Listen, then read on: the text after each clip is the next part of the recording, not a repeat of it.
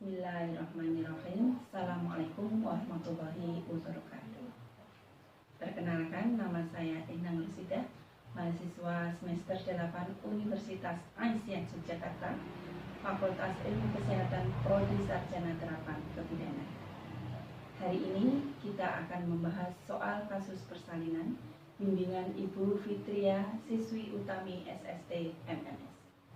Mari kita bahas satu persatu soal tentang kasus persalinan. Soal 1. Seorang perempuan berumur 27 tahun telah melahirkan anak pertama jenis kelamin perempuan pada 1 jam lalu dengan berat badan 3000 gram dan panjang badan 50 cm. Plasenta lahir spontan lengkap, hasil pengkajian keadaan umum ibu baik, tekanan darah 110/70 mm Hg, nadi 76 kali per menit, kontraksi teraba keras, TFU 2 jari di bawah pusat. Ibu merasa gelisah dan cemas dikarenakan perutnya merasa mules dan perdarahan pervaginan berwarna merah dan nyeri pada luka jahitan. Pertanyaannya, apakah tindakan yang dapat dilakukan bidan pada kasus tersebut? A. Melakukan pemasangan tampon vagina, B. Melakukan pemasangan gurita, C. Melakukan masase uterus, D. Melakukan bonding attachment, E. Melakukan pembersihan luka. Yang perlu kita garis bawahi pada pertanyaan soal yang pertama adalah ibu merasa gelisah dan cemas.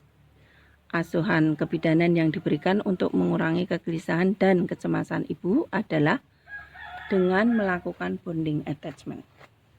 Kita harus tahu tujuan bonding attachment adalah yang pertama, tujuannya adalah memberikan sentuhan agar ibu mengenali bayinya.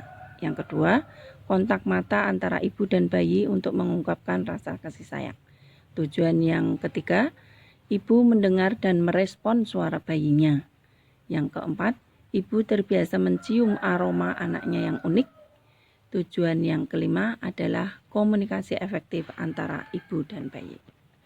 Jadi, jawaban dari soal yang pertama adalah D. Melakukan bonding attachment.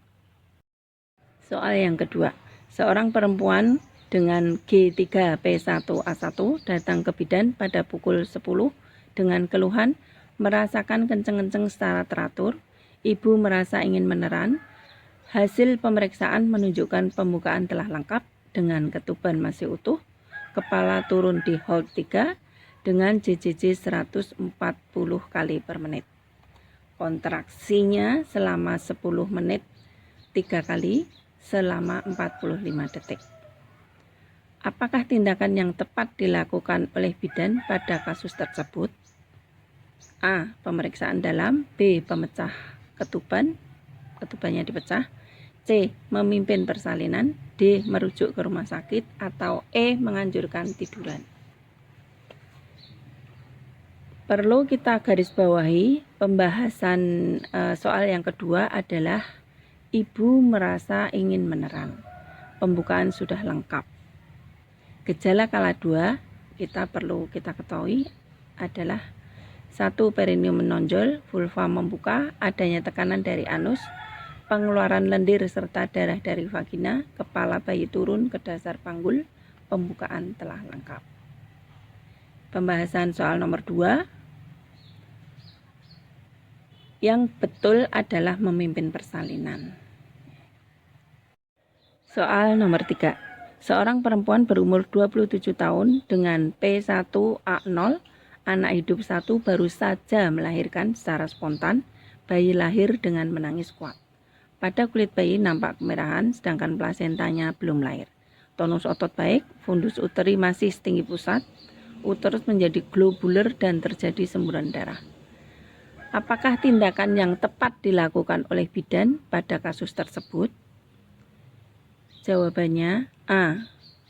Manajemen aktif kala 3, B. Merujuk ke rumah sakit, C. Memberikan oksitoksin melalui infus, D. Stimulasi puting susu, E. Menganjurkan ibu tidur miring. Yang perlu kita garis bawahi pada soal nomor 3 adalah uterusnya menjadi globuler dan terjadi semburan darah. Ini merupakan tanda pelepasan plasenta setelah bayi lahir, dilakukan manajemen aktif kala 3. Langkah manajemen aktif kala 3 yaitu yang pertama, pemberian suntik oksitoksin pertama setelah bayi lahir. Yang kedua, penegangan tali pusat terkendali oleh pengeluaran untuk mengeluarkan plasenta. Yang ketiga, meses fundus uteri adalah manajemen aktif kala 3. Soal nomor 4. Seorang perempuan dengan G1P0A0 siap melahirkan. Bidan sudah memimpin mengejan dari pukul 9 hingga 10. Namun bayi belum lahir. Hasil pemeriksaan menunjukkan DJJ 141 kali per menit, kontraksi uterusnya 3 kali dalam 10 menit selama 40 detik, dan keadaan umum ibu baik. Apakah tindakan yang tepat dilakukan oleh bidan untuk merangsang kontraksi pada kasus tersebut? Jawabannya A. Stimulasi puting susu. B. Mendorong fundus uteri. C. Amniotomi. D. Episiotomi. E. Pecah ketuban. Yang perlu kita garis bawahi pada soal yang keempat ini adalah bidan sudah memimpin mengejan dari pukul 9 hingga pukul 10. Jadi selama 1 jam, namun bayi belum lahir. Nah, untuk merangsang kontraksi perlu dilakukan stimulasi puting susu dengan cara melakukan gerakan melingkar, gosok, dipijit lembut, dan terus dipijit lembut memutar pada sekitar puting, sehingga payudara akan terangsang dan mengeluarkan hormon oksitoksin yang menyebabkan terjadinya kontraksi. Jawaban soal nomor 4 adalah stimulasi puting susu. Soal yang terakhir adalah soal yang kelima. Seorang perempuan berumur 27 tahun, hamil 38 minggu, datang ke praktek mandiri bidan dengan keluhan kenceng-kenceng dan keluar lendir darah dari vagina. Hasil pemeriksaan, pembukaan 8 cm, selaput ketuban negatif, presentasi kepala hold 2. Apakah diagnosis yang tepat pada kasus tersebut? A. Infartu kala 1 fase aktif. B. Infartu kala 1 fase laten. C. Infartu kala 1 fase aktif akselerasi. D.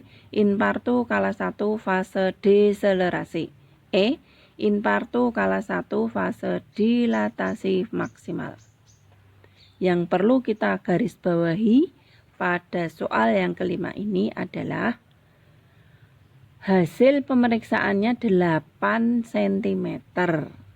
Nah, ketubannya negatif, presentasi kepala hold kedua. Ibu masih dalam kala 1. Terdapat 2 fase dalam kala 1, yaitu yang pertama fase laten pembukaan 3 cm sekitar 8 jam. Yang kedua fase aktifnya, fase aktif akselerasi pembukaan 3-4 cm sekitar 2 jam. Fase dilatasi maksimalnya pembukaan 4-9 cm sekitar 2 jam. Fase deselerasi pembukaan 9 sampai lengkap sekitar 2 jam. Jadi jawaban soal nomor 5 adalah infartu kala 1 fase dilatasi maksimal. Alhamdulillahirrabbilalamin, kita sudah bahas kelima soal. Thalabul ilmi fardhotun ala kulli muslimin wal muslimat. Menuntut ilmu itu adalah wajib bagi setiap muslim laki-laki maupun perempuan. Hadis riwayat Abdu Abdil Bar. Demikian, mudah-mudahan bermanfaat. Billahi taufiq wal hidayah. Assalamualaikum warahmatullahi wabarakatuh.